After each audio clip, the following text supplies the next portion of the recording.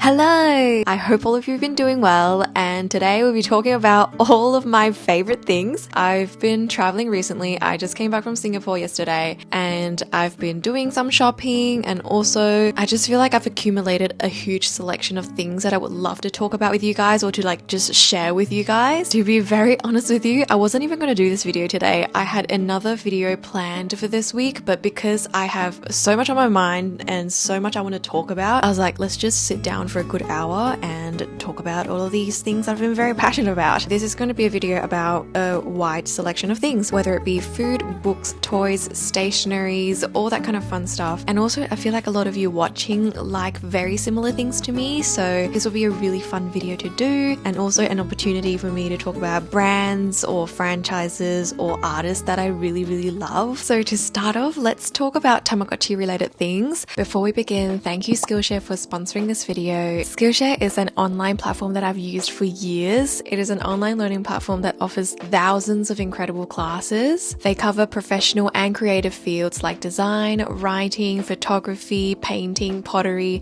anything you can think of. There are classes on it on Skillshare. And by joining Skillshare, you can have access to unlimited classes, and you can learn from experts and just be part of a beautiful community. I personally started using Skillshare in 2020 when COVID happened.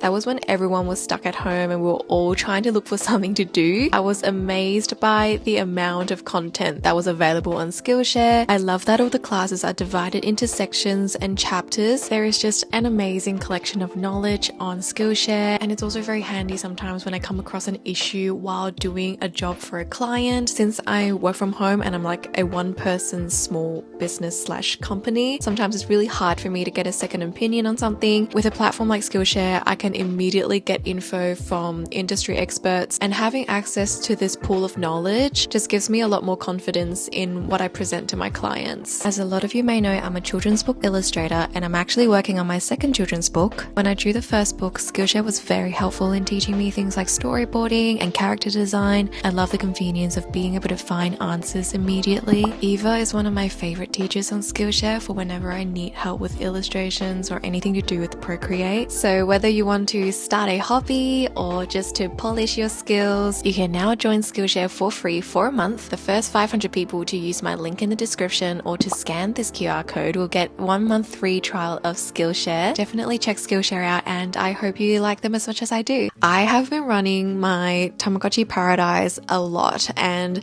it has been really fun. I have not stopped running this since my Tamagotchi Paradise video. Just this morning, Bandai had announced that they were going to release 2 brand new colors for the Tamagotchi Paradises. These new colors are so delicious. They look so pretty. I have already pre-ordered the light blue one. Still waiting for the purple one to have pre-orders released at RRP. So when that happens, I'm definitely getting it, and hopefully we'll be able to do a video about it, because apparently there's going to be new characters and even new destinations introduced to these new Tamagotchi Paradises. Love that Bandai is still doing more Paradise releases. And on my short trip to Singapore this week, I got to meet someone in Singapore who also collected Tamagotchis. We had talked online for months and finally got to meet in person, which was really wholesome. And when we met, she gave me these little covers. These pop onto the little dial on the side here, and they make it so it's very easy to turn them once you have them on, and it just makes the whole Tamagotchi Paradise look so much more chunky, and I think it's such an adorable accessory. She gave me this blue cat-shaped one for my blue Paradise and a pink star one for my pink Paradise. I think these are going to look so cute on the new released colors as well. She also gave me some Tamagotchi face plates. So the Tamagotchi Paradises aren't really designed for you to take the face plates out, but there are ways to do this. I personally haven't tried this yet, so don't ask me how to do it. But now that my friend has given me these 2 brand new face plates, look how adorable they are. I'm itching to try it out and to pull this plastic plate off of my Paradise just so I can put in my own new face plate. I'm always so scared to do it because I have seen people pull too hard, and in that process they break the screen or they create these massive scratches on it, which is not ideal. I don't want that to happen. I'm just a bit too much of a scaredy cat to do it at the moment, but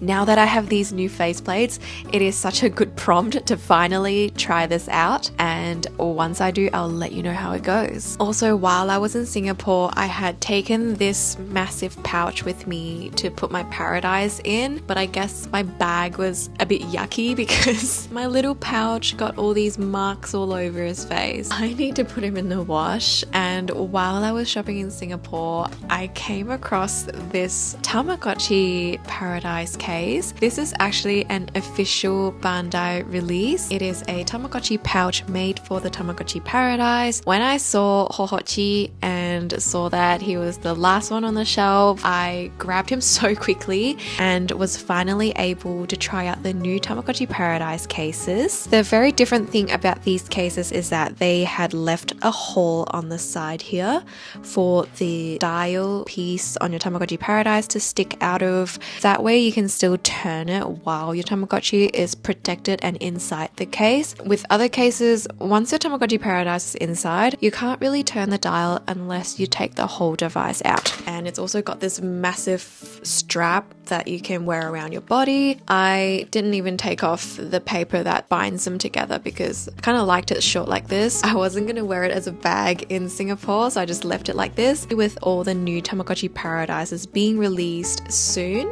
I feel like having more pouches wouldn't hurt. The next thing is another Tamagotchi item I had found in Singapore. Before going to Singapore, I had asked on Instagram like whether people had cute shop recommendations, and so many of you told me to go to Think, which is like the stationery store, and it was just crazy how many people told me about this store. I knew I had to go, and you guys were absolutely right. They had so much stocked at Think. I was a tiny bit overwhelmed by the selection of goods there, but in the best way possible, of course. And I was there for a good hour just looking through every single thing. And whilst inside the store, I had found these Tamagotchi pens. These are actually really, really good pens. These are pens by Pilot and they are under the Juice Up series. I was so stoked to see these because I already use pens from this series and I wasn't really expecting to find any Tamagotchi related stationeries at the store because I feel like as popular as Tamagotchis are, it's still quite a niche franchise. I was very happy to see them just out in the wild, and if you'd seen one of my recent short videos, I had purchased a Tamagotchi Hobonichi case. This is one of Hobonichi's most recent releases and I had gotten the A6 size. I feel like these new pens would go so well with the Hobonichi, and now I can go out and about traveling with my Tamagotchi Hobonichi and Tamagotchi pens. The next bunch of things I want to show you are things by different artists that I really, really like. So while I was in Singapore, I thought it'd be really cool to meet up with some local creatives, especially because I've been following so many Singaporean artists for many, many years, and I don't usually travel to Singapore very often. So even though I was only there for 5 days, I tried to meet as many people as possible. One of the artists that I'd followed for so many years is Ven. If you want to see her work, look up Ven's room on Instagram. Oh my goodness, she does the cutest cat drawings and cat art. If you love cats, you're gonna absolutely love her work. I've been following her for a very long time and I own a couple of pairs of her socks. Some of the socks I've gotten from her I've worn so often that they look absolutely disgusting, so I'm not gonna show them here in case you flag my video. But she met up with me and she was nice enough to put aside time for me on this trip. When you've followed someone online for so long and you've seen their art and their growth as an artist for such a long time, you kind of feel like you know that person already, and that's how it feels almost every single time I meet an artist that I've met through online. Like the meetup was just very organic and it wasn't awkward at all, and we just had a lot of fun chatting. She gave me some new socks I absolutely need because, like I said, the ones I had gotten from her before are disgusting, so very thankful for these new socks. Ven does not only socks, she also makes a lot of prints. She does Patreon. She makes really, really cute stickers. I have this sticker made by her on my label printer that I look at every single day. It's like right in front of me right now. She's given me more stickers as well. Oh my god, I just need to show you guys. Give me a second. So this is the first pair of socks, and oh my god, is that a cat in a shopping bag? And there's like a cat with a spring onion on the tippy toe here. Oh my god! god, these are so cute. I'm gonna wear these to Woolworths and to Coles and to IGA when I do my grocery shopping. This is the second pair. Oh, I don't want to break the paper. Oh my god, and it's a cat eating a wheel of cheese. Absolutely insanely cute because she has a cat called Cheese, and how often do you see a design of a cat eating a wheel of cheese? If you need cute cat socks, check her store out. Van also gave me some stickers. She had designed this Tamagotchi sticker to give to me. It is so cute. It's all the Tamagotchi characters drawn in her art style. I'd only just realized she wrote a note on the back and it says Mamechi was not invited to the birthday party and someone stomped on his birthday hat. Another sticker by her that I'm obsessed with is this. I had seen this drawing on her Instagram recently and I can't believe she made a sticker out of it. I'm gonna treasure this forever. There's also this sticker that says bad juju be gone. Everybody needs a sticker like this. And this one here says never lose your whimsy. Her artwork always has a sense of humor to them, which I really appreciate. Definitely check her work out online. She also streams like 3 times a week. That is just crazy to me because I can't imagine streaming while drawing or doing pottery or just doing any kind of art because that would just stress me out. But she does it 3 times a week, so go support her on her stream. She is really, really talented. Another artist I'd really wanted to meet was Kuri. Kuri is an artist and also a friend. We've been talking online for such a long time, but because of her work schedule, we weren't able to meet this time, which was so sad. But Kuri had this surprise planned out while she was at work and she had given me a bunch of her own works and stuff like that. So she'd given me a bunch of her sticker sheets and oh my god, I need to show you guys properly because these need to be shown better. Hang on. Here's a bunch of sticker sheets that Kuri had drawn and they're all clear sticker sheets. This one has little eggs on it. I love the frosty finish. This one has characters that she designed on it. It's got a roll of film. I love taking film photos, so I love that sticker sheet. And then she's also got this Kuri core sticker sheet which has Tamagotchis and even a Digimon device. She also did some fan art of Sumiko Kurashi characters as well as Tamagotchi characters. So adorable. One can never have too many Tamagotchi stickers. There are always places to put stickers on. Kuri is actually one of the first people who inspired me to crochet. If you don't know, I started crocheting like a year ago and it was like a, what do you call it? Like a resolution of 2024 that I had, and I was determined to learn how to crochet, and Kuri was one of the people who led me into the right direction of how to begin this brand new hobby for me. And so that's just some context for you. She's really good at like sewing things and crocheting things and stuff like that, and she had made me this plush. Oh my goodness, it is a kappa. Oh, it is a kappa, but in the form of a piece of grass. Like, how can something be so perfect? She made me 2 of these. The other one is on my bag in the living room right now. So she made me 2 little kappa grasses. Grasses? Is that a word? I designed this kappa plushie a few years ago with Makeshift, and it has like a backpack at the back that has an onigiri in it. I've always loved drawing kappa. Now they can be best friends. As someone who can't even sew in a straight line, this is insane talent. Kuri has designed many little plushies, so if you are from Singapore, check her work out. She's always boothing here and there once in a while, and she also sells online. I am bummed that we couldn't meet this time, but it will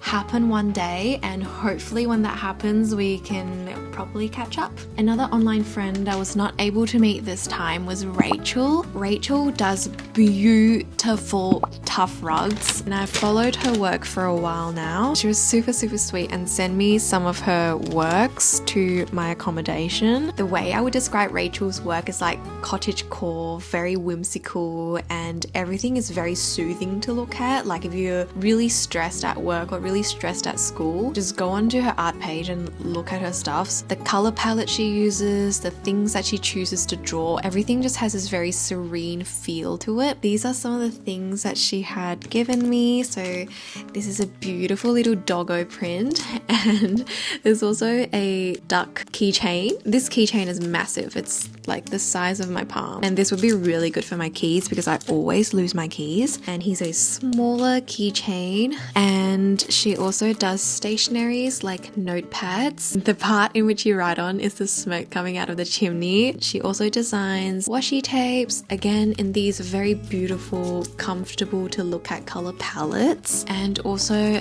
a bunch of her stickers. I was trying my best not to break this sticker. Here are some stickers that she had designed. This is a long little doggo standing up. This is very in line with my personality. I'm always home. And there's a tiny bunny sticker as well. I really love Rachel's work. I'm gonna try and keep this sticker and stick it into my Hobonichi. Yes! Now that I have a Hobonichi, I'm just like, everything must be collected and documented. So apart from Think, which a lot of people had recommended to me, the second most recommended store to go to in Singapore was Catalog. Catalog was a tiny bit further out from where I was staying, but because I had time on the last day, I decided to pop by, and it is basically this tiny little store. It is so small, but it has so much to offer. That's how I would describe it. It is just packed with arts and clothing and stickers and trinkets by different artists from all around the world, and it's just this really colorful little store tucked in a kind of like older shopping complex, I would say. And it took a while to find as a tourist because the layout of that whole shopping complex was kind of like a maze, but eventually we found it, and it was just really fun to look at everything and to be introduced to different artists through shopping from that store. So while I was there, I picked up this sticker sheet by Attempts Studio on Instagram. That's their handle name. I love when people do Tamagotchi fan art in their own art style. I think it brings out very different characters, and I just had to get this when I saw it. Another sticker I got was this frog sticker by Two in Row. Two in Row is based in Thailand, and they do risograph printing. This sticker was risograph printed. You don't see risograph printed stickers very often, and they had a huge selection of stickers in store, so I picked out the frog one. If you have a chance, go visit Catalog. I wish I had more time and I wish I had more cash. I was really low on cash on my last day of my trip, so I couldn't get too much at Catalog. I had also gotten a t-shirt. After getting the t-shirt, I couldn't get more stickers and prints and stuff like that, and they didn't take credit cards. So if you're visiting as a tourist like I was, make sure you have cash on you, or just someone who can pay in Singaporean dollars and has like a Singaporean bank account. It's been a while since I had visited a store like this. Like, I don't know, everything's online these days, so it was really nice to be able to go to a physical store and just to see so many different artists' work being displayed in one tiny little space. It was really fun. So like I'd said previously, I had started crocheting like a year ago, and since I'd started crocheting, it's become such a big part of my life. Like, I do it every single week, and I've been just making things for friends, making things for myself. I've made a couple cardigans and headwear and stuff like that. So on my last day of the trip, which was like yesterday, why does it feel like it's a long time ago? My friend took me to a yarn store in Singapore. There was so much yarn in it, and as someone who's only really bought yarn from Spotlight, yes, Spotlight has an amazing range, but I feel like a lot of the yarn is not of the best quality. There are some decent yarns in Spotlight, but I would have loved more brand variation, I would say. Since I was flying budget this time, there was like no entertainment on the flight, so I decided to do some crocheting on the plane, which worked out perfectly because I'd gone to the store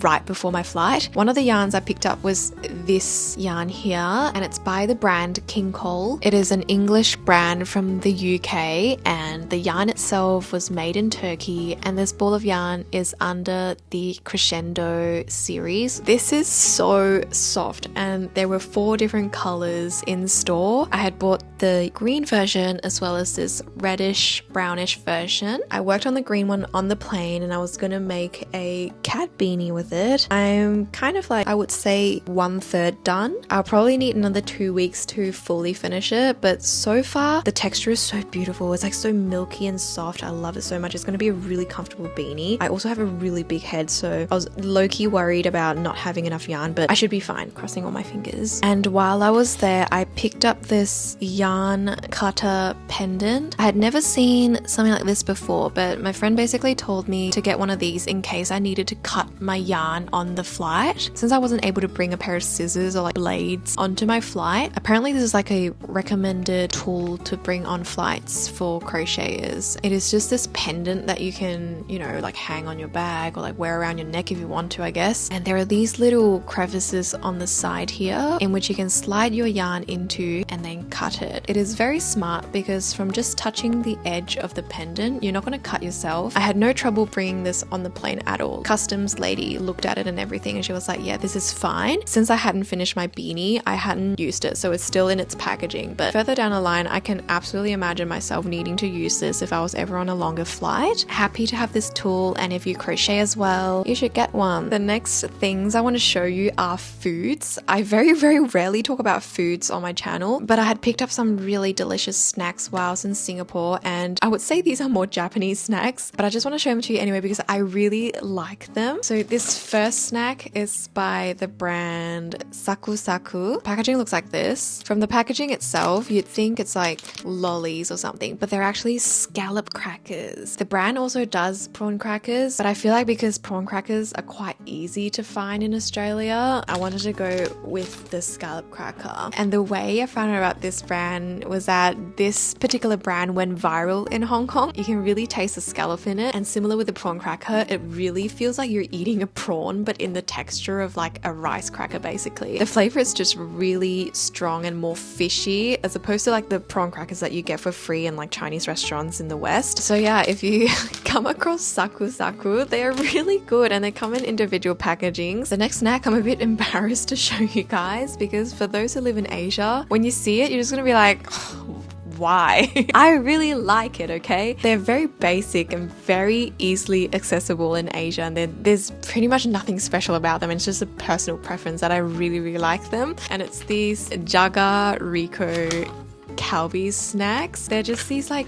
really dehydrated potato sticks, and the thing I love about these is that they don't feel greasy. In Japan, they always come in like a little cup that looks like a cup ramen noodle. In Singapore, I keep seeing them in this packaging. I've been eating these since I was a little kid, so I guess it's also like a nostalgic value to them. But they're really hard to find in Perth, believe it or not. Like as accessible as these are in Asia, they're so hard to find in Perth. I don't know about like Sydney or Melbourne, maybe it's easier there, but I've not seen these in Perth at all. Also came across this seaweed flavored one. I'm just stoked that I'm like fully stocked up on these right now. The next things I want to talk about are books that I've been reading. A few months ago, I finally read the book for Howl's Moving Castle. I've been told for such a long time to read the book, but because I liked the Studio Ghibli version of the story so much, and because I had already watched the animation so many times, the incentive to read the book was just not there because I already liked the movie so much. But a few months ago, I finally decided to give it a go. Very surprised to say that I like the book way more than the movie. The book was written in 1986 and I can't believe I had never given it a chance. The novel gives the side characters so much more backstory. I actually fell in love with so many of the side characters that aren't even talked about in the animation. The book almost felt like it was a different story. That's how much there was to offer in the book. You know how sometimes when you watch a movie based on a novel and you're just like, the book is way better, or like the movie is way better. I feel like for Howl's Moving Castle, the book and the movie feels like two separate works of art. I really enjoyed it and I can see myself reading it again. Another thing that really surprised me was after reading the book, I feel like my favorite character is no longer like the main characters. It's actually the side characters that had drawn me into the story the most. If you've watched the animation but have never read the book book before like I was, definitely give the book a go. It is very, very cozy in the most magical way. Another book I've really enjoyed is The Lantern of Lost Memories. This is a book that I did like a buddy read with my friend Pam, and it was really nice to be able to read something together and to discuss things simultaneously together while reading the book. This is a very short and sweet read, but it does cover some heavier topics like death. I would say this book has a very interesting and creative interpretation of what happens after death. So the story follows this guy who makes lanterns with people who have passed, and on these lanterns are pictures of the best days of your life. The three people in the story who have passed kind of look back on what's happened in their lives. It is a very bittersweet and also wholesome story. I love that it follows 3 different arcs, but the characters kind of interlinked with each other. I love how diverse the characters are in this book. Like, there are mentions of characters who are on the spectrum and also mentions of people from the Yakuza. It's a really interesting book, and if you're not ready to commit to a whole series, I would try this one out. So that's it for today. Thank you for listening to me yap about the things I like. I really appreciate your time. I'll be back with a Tamagotchi video very soon. We'll chat again very soon. Bye!